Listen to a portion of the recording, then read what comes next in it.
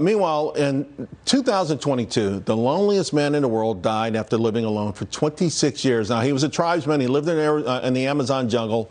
His tribe had been killed, and he lived by himself. He was known as Man of the Hole. He used to make these big holes to capture his food. Well, now that the title is vacant, I'm wondering if my next guest might have a shot to claim it. Let's bring in Bianco Research President Jim Bianco. So, Jim, here's the deal.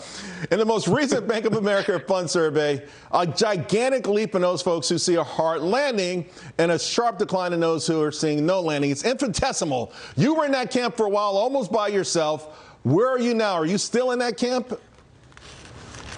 I'm temporarily left the camp. I've gotten out of the hole, Charles, and I've taken a walk around here. And reason is because of tariffs and because of what's happening with the public's perception and Wall Street's perception. The economic data through today's data, initial claims, looks good. The economy is fine. What everybody's afraid of is coming next is going to be a dramatic rise in prices, especially imported goods out of China, and that the economy is going to take a big left turn here on this and see prices go up and economic activity go down. Now, I think in the next month, we're going to find out whether or not that's true. Right. If we wind up seeing a big jump in prices and the economy turns down, or we got this all wrong and that the economy is okay despite all of the tariffs that we're talking about. So then that brings me to the dust-up, right, between President Trump and Jay Powell, which, by the way, this relationship started out pretty nice. Yes, as a matter of fact. Accordingly, it is my pleasure and my honor to announce my nomination of Jerome Powell to be the next chairman of the Federal Reserve. Congratulations, Jay. Thank you, Mr. President. We cut you off with that sound bite, but lots happened since then, huh? Yeah, I was going to say, a lot of people forgot that soundbite, that it was actually President Trump in his first term that nominated Jay Powell, and that relationship has gone bad in many, many ways. Now, Jay Powell's not going to be the Fed chairman after May of 2026 when his term retires or ends. The question is whether or not he even makes it to 2026 or if Trump attempts to fire him. I don't think he will. I think it's a messy kind of thing. But what I think he will do is something Scott Bessent has suggested, which is called the shadow Fed chairman. Appoint the next guy many months ahead of time. Say it's Kevin Warsh, who's the favorite.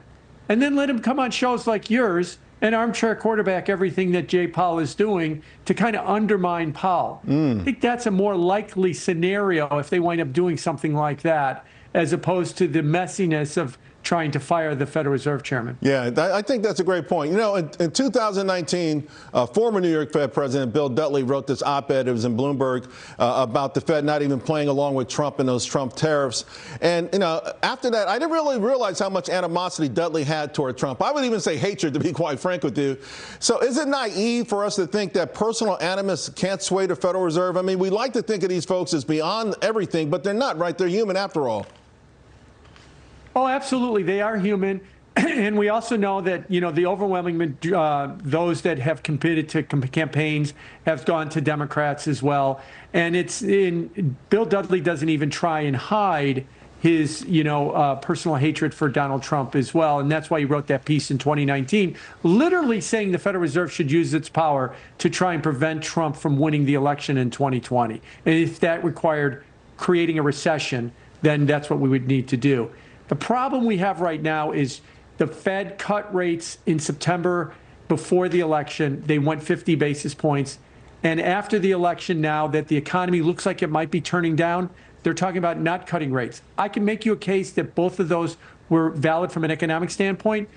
But from a political standpoint, it looks like we were trying to help Trump's opponent in September, and now we're trying to work against Trump in the spring. It looks like, at least the timing looks like that.